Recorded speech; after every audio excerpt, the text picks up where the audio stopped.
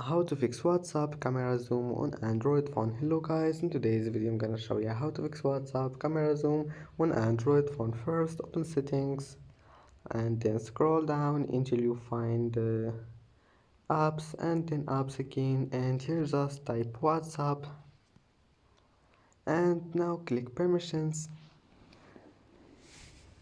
and then just click camera and click deny. Now just go to WhatsApp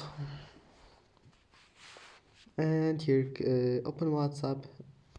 Now just open camera and then click continue and allow it here, and your problem must be fixed. And that's it for today's video. If you like this video, don't forget like and subscribe, and see you in the next video.